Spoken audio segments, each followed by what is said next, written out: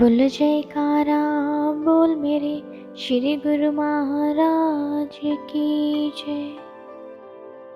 श्री अमर ज्योति दर्शन। सेवता। समुद्री जहाज में विराजमान होकर श्री प्रभु जी ने सेवता की ओर प्रस्थान किया। लहरों पर इठलाता हुआ जहाज आज अपने भाग्यों की सराहना करता हुआ श्री सद्गुरुदेव जी महाराज को लेकर आगे बढ़ने लगा। भक्त तोला राम जी के संग आपने पूरे शिप का अवलोकन किया। शिप का कैप्टन भी श्री दर्शन पाकर आत्मिक आनंद से प्रफुल्लित हो उठा। जगतारण प्रभु जैसे ही सेवता के तट पर पहुंचे, सब भक्तों ने जय जयकार की ध्वनियों से धरती अंबर को गुंजायमान कर दिया। वहां से कार में विराजमान होकर आप भक्त तोला राम जी को संबोधित करते हुए फरमाने लगे,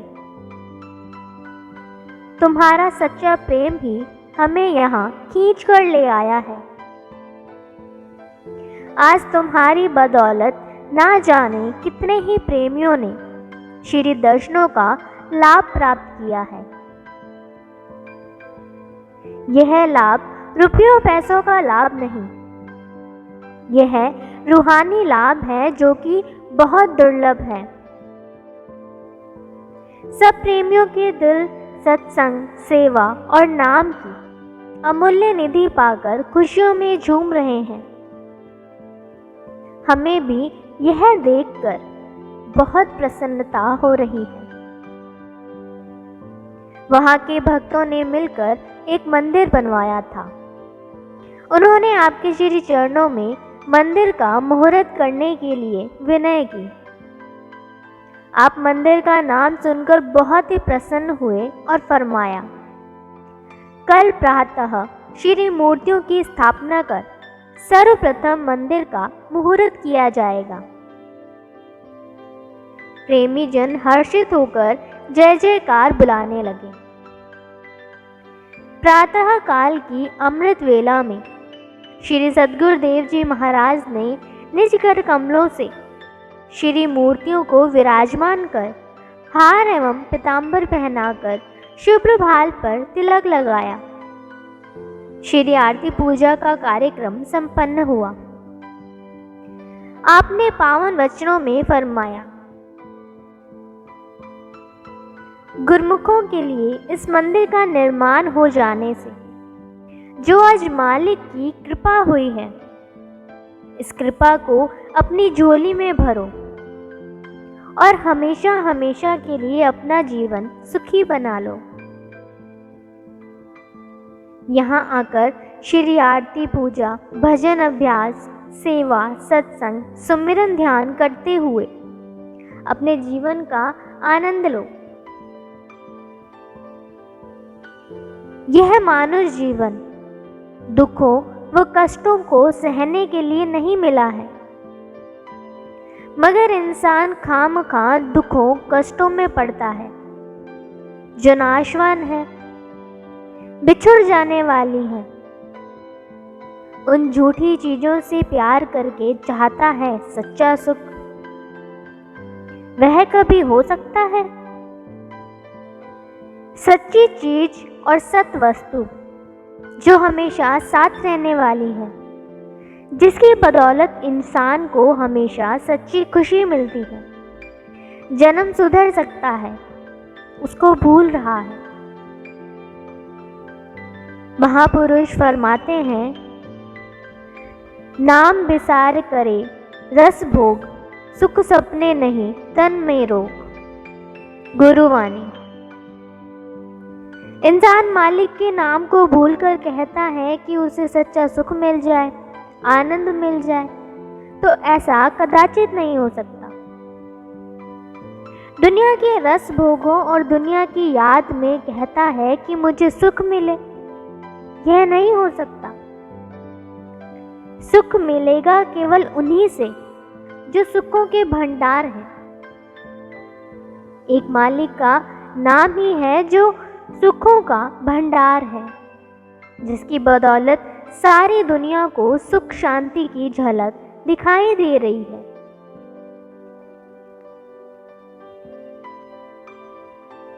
इसलिए गुरुमुखों, सत्पुरुषों की संगत की बदौलत जो विवेक और विचार अपने दिल में भर लेते हैं, ऐसी शिक्षा को अपने अंदर धारण कर लेते हैं, वे हमेशा अपने जीवन को खुशहाल बना लेते हैं। यही तरीका है कि जग में भी रहो, संसार में भी रहो, मालिक की भक्ति और नाम की कमाई करके यह जीवन भी सुखी बना लो और अपना परलोक भी सुहेला बना लो। इस प्रकार शुभ उद्घाटन का सब कार्यक्रम बड़ी धूमधाम से संपन्न हुआ। भक्तों के हृदय की खुशी का कोई पारावार ना था। श्री वचनों और श्री दर्शनों की अमोलक दात पाकर हर दिल हिलोरे ले रहा था। सब प्रेमी हृदय से श्री प्रभु जी की जय जयकार कर रहे थे। आप मौज में आकर वहां नित्य प्रति सत्संग की गंगा बहाने लगे और प्रेमियों की पुकार पर उनके गृह को पवित्र करने लगे। एक दिन आपने प्रसन्न मुद्रा में फरमाया, हम आपके श्रद्धा व प्रेम को देखकर बहुत प्रसन्न हैं। आप इस लगन को निरंतर बढ़ाते ही रहना।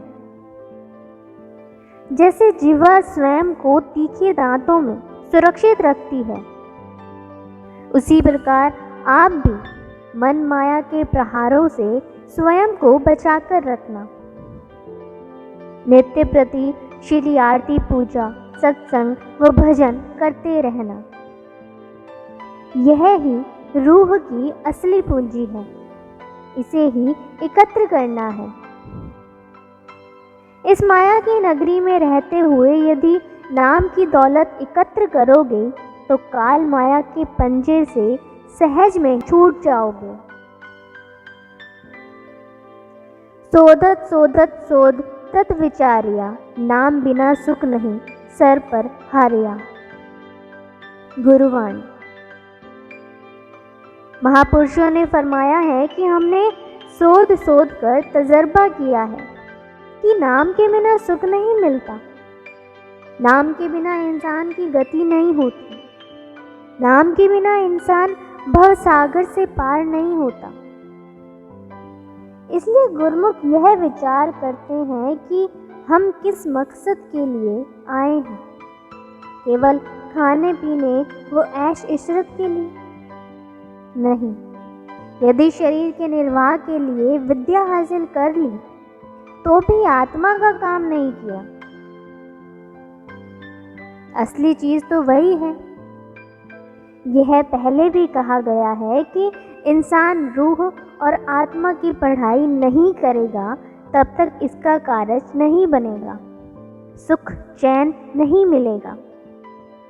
पहले भी 84 लाख योनियां गुजार के आया है, एक यह योनि भी चली गई फिर भी भक्ति से हीन रहा, अपने काम को भूल गया तो आगे भी इसके लिए दुख ही दुख है।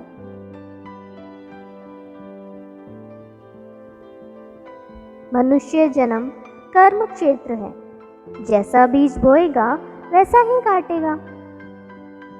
पहले भी इसने बीज बोए हुए थे जिससे 84 लाख योनि काटी। वह तो ठीक है, मगर इसमें जो नया बीज बोएगा वही काटेगा। कहते हैं कर्म जैसा करे इंसान फल भी वैसा पाएगा, बोए आग बबूल तो आम कहाँ से खाएगा।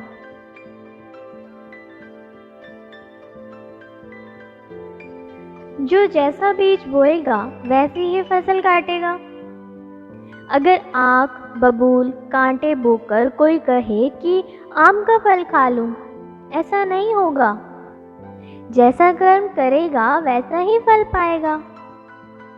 अगर विषयों में चित्त देगा तो बहुत ही दुख पाएगा।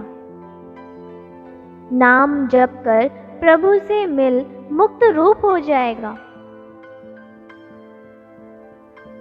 अगर इंसान मानव तन को पाकर भी विषय विकारों में लगा रहा तो दुख ही दुख है।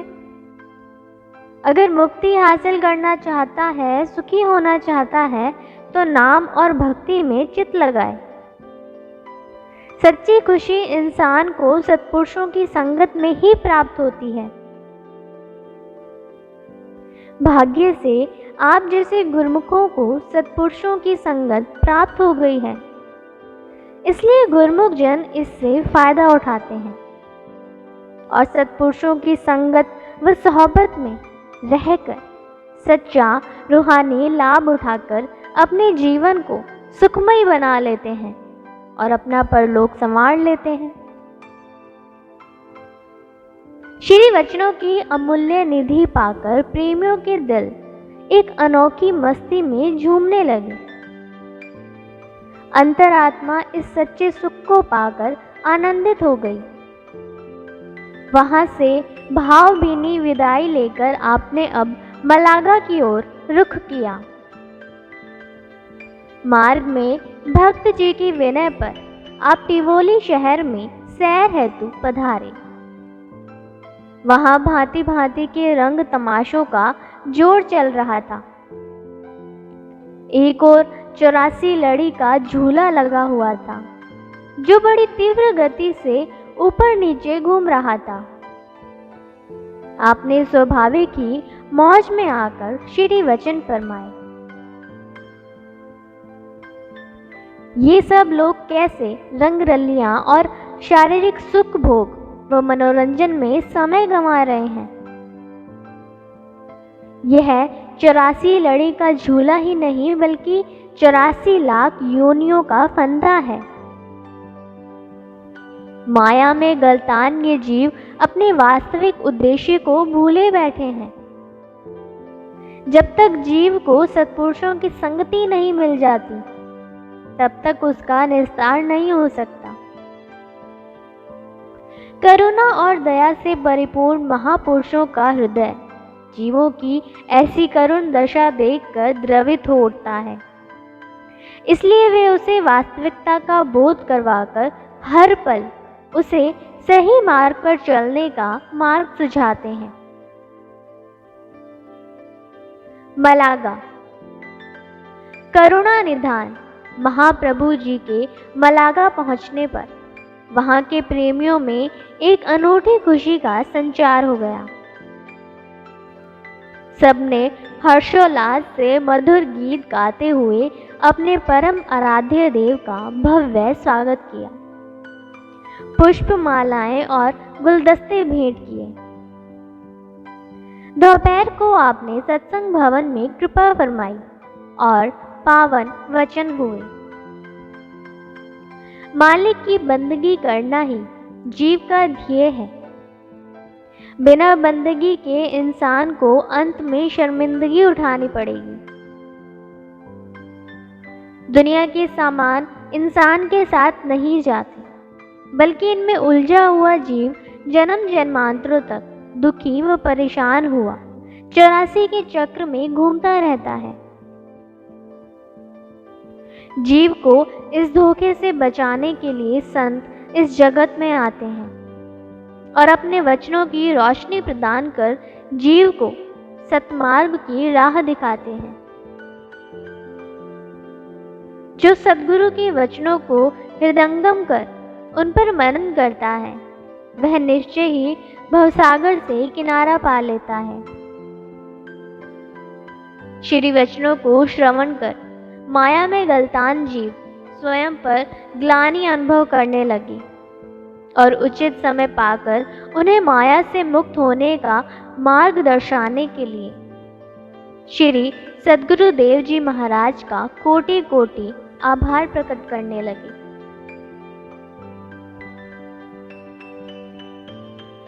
आपने उन्हें लॉस पाल्मोस की तैयारी करने के लिए फरमाया। एयरपोर्ट पर जाकर पता लगा कि प्लेन लेट है।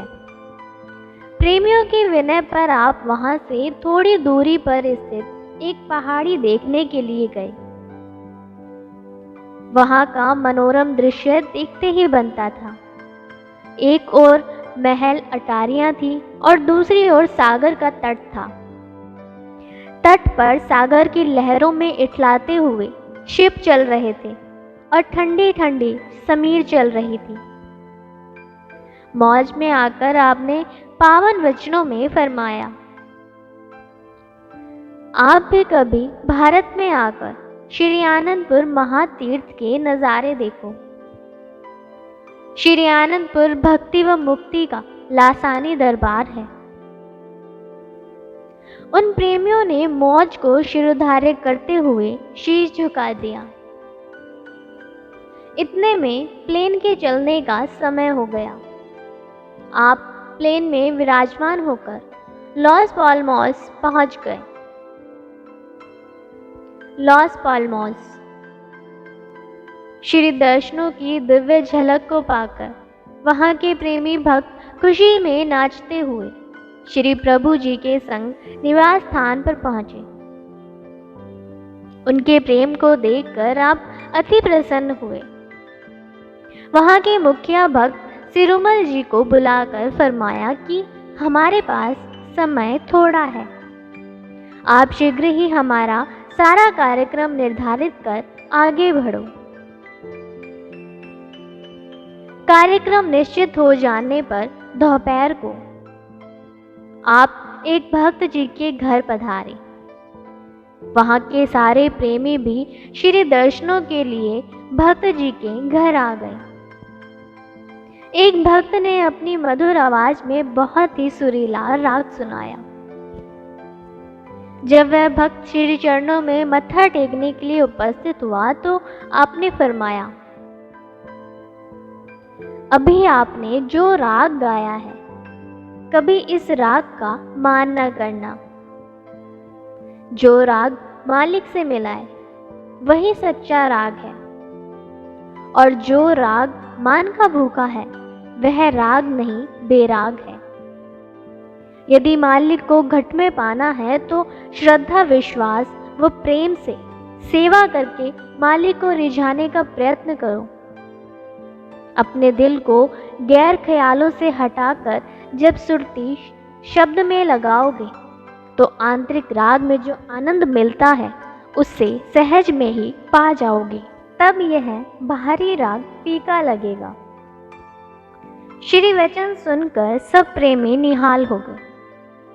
वे जिस वास्तविकता से अनभिज्ञ थे आज उन्हें उसका बोध करवा दिया था प्राण प्रिय श्री सद्गुरुदेव जी महाराज ने।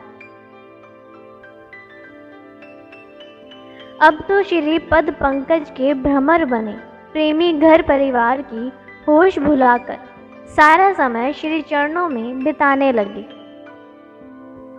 रात्रि को जब श्री दर्शन खुले तो आपने फरमान किया, हमें आपकी सच्ची लगन और सत्संग की ओर अथाह रुचि देखकर बहुत प्रसन्नता हुई है। जीवन सफल बनाने का सत्संग ही सबसे उत्तम साधन है। सत्संग से ही अज्ञान और अंधकार को मिटाने की रोशनी प्राप्त होती है। सत्संग के बिना मनुष्य को विवेक नहीं हो सकता। वह किस हेतु इस दुनिया में आया है इस राज को भी बिना सत्संग के नहीं जाना जा सकता। मन माया ने संपूर्ण विश्व को असलियत से गुमराह कर रखा है। जिसने भी शांति पाई है सत्संग से ही पाई है। इसीलिए सभी वेद शास्त्र निज मुख से सत्संग की महिमा का गायन करते हैं। हम भी यही कहते हैं कि दुनिया के काम भले ही छूट जाएं, परंतु सत्संग के नियम में बाधा ना डालना, क्योंकि मन नहीं चाहता कि कोई उसकी गिरफ्त से मुक्त हो जाए। सद्गुरु की कृपा से जिसे ज्ञान की आंखें मिल गई हैं वे ही इसके धोखे से बचे रह सकते हैं। दोहा, साध संग में चांदना, सकल अंधेरा और, सहजो दुर्लभ पाइए, सत्संगत में ठौर। जिन भाग्यशाली जीवों को सत्संग प्राप्त हो जाता है तो समझो उनके बड़े ऊंचे भाग्य हैं, क्योंकि उनको रोशनी मिल जाती है, विवेक मिल जाता है। उन्हें यह समझ आ जाती है कि यह जीवन केवल खाने पीने और ऐश इशरत के लिए नहीं मिला है। जब ऐसा विचार और विवेक आ जाता है तो फिर कुदरती तौर पर इंसान अपने काम की तरफ ध्यान देता है। जो इंसान अपने काम अर्थात मालिक की भक्ति में चित्त लगाता है तो कुदरती तौर पर उसको सुख शांति की प्राप्ति होती है। यह कोई सुनने, देखने और कहने की बात नहीं है। आप ही जरा अपने दिल में अंदाजा लगाकर देख लो।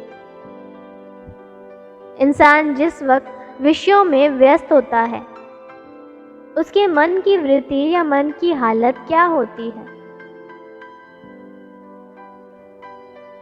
और जब सत्संग में आता है तो उसके मन की वृत्ति कैसी होती है, और जब नाम में लग जाएगा तो उसका क्या हाल होगा, कैसी होगी उसकी अवस्था। अपने आप पता चल जाएगा कि उसको नाम जपने में, भक्ति करने में कितना सुख मिलता है और दुनिया के कामों में कितनी अशांति और दुख महसूस होता है। क्योंकि दुनिया के काम चिंता का घर है। इसलिए इस चिंता से आज़ाद होने के लिए, दुखों से छुटकारा हासिल करने के लिए केवल इंसान को मालिक की भक्ति और नाम से प्यार होना चाहिए, ताकि संसार में रहता हुआ भी ऐसा काम करे जिससे उसका जीवन सुधर जाए। श्री वचनों की अनमोल पूंजी पाकर सबके हृदय में परम उल्लास छा गया। तत्पश्चात एक प्रेमी भक्त की विनय पर आपने उसके घर कृपा फरमाई। फिर तो बाकी प्रेमियों में जैसे होड़ सी लग गई। सभी श्री चरणों में विनय करने लगे कि हे प्राणाधार, करुणा के आगार, हमारे घरों को भी अपने पावन श्री चरणों से कृतार्थ करें। आपने मुस्कुराकर सबकी विनय को स्वीकार कर लिया। अगले दिन 20 सितंबर शुभ अवतरण दिवस के उपलक्ष्य में जब देवगण आकाश से वृष्टि कर रहे थे, उस मंगल वेला में आप सुंदर कार में विराजमान होकर अपने प्रेमियों को भक्ति सुधा रस पिलाने हेतु उनके निवास स्थान की ओर चल पड़े।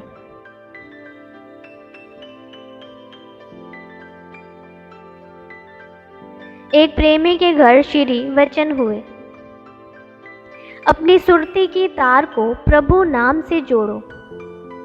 इस दुनिया में केवल नाम ही सच है और बाकी सब मिथ्या है, झूठ है। जो नाम को हृदय में बसाता है उसकी सब मुसीबतें टल जाती हैं। जिसके पास नाम की टिकट होती है, यमदूत उसके निकट नहीं आ सकते, क्योंकि धर्मराज के दरबार में भी नाम की टिकट ही चलती है। नाम से विहीन प्राणियों को यमदूत की असहनीय मार का शिकार होना पड़ता है।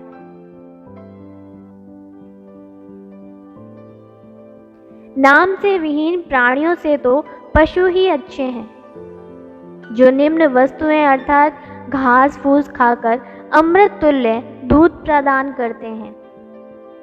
इसलिए महापुरुष अपने वचनों में बार बार नाम की कमाई पर जोर देते हैं, ताकि जीव अपने हर श्वास श्वास में मालिक के नाम का सुमिरन करके अपना लोक परलोक संवार कर खुशहाल हो सके।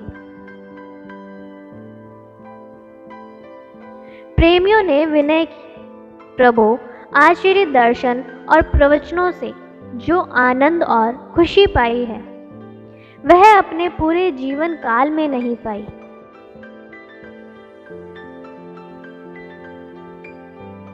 क्रमशः बोल जयकारा बोल मेरे श्री गुरु महाराज की जय।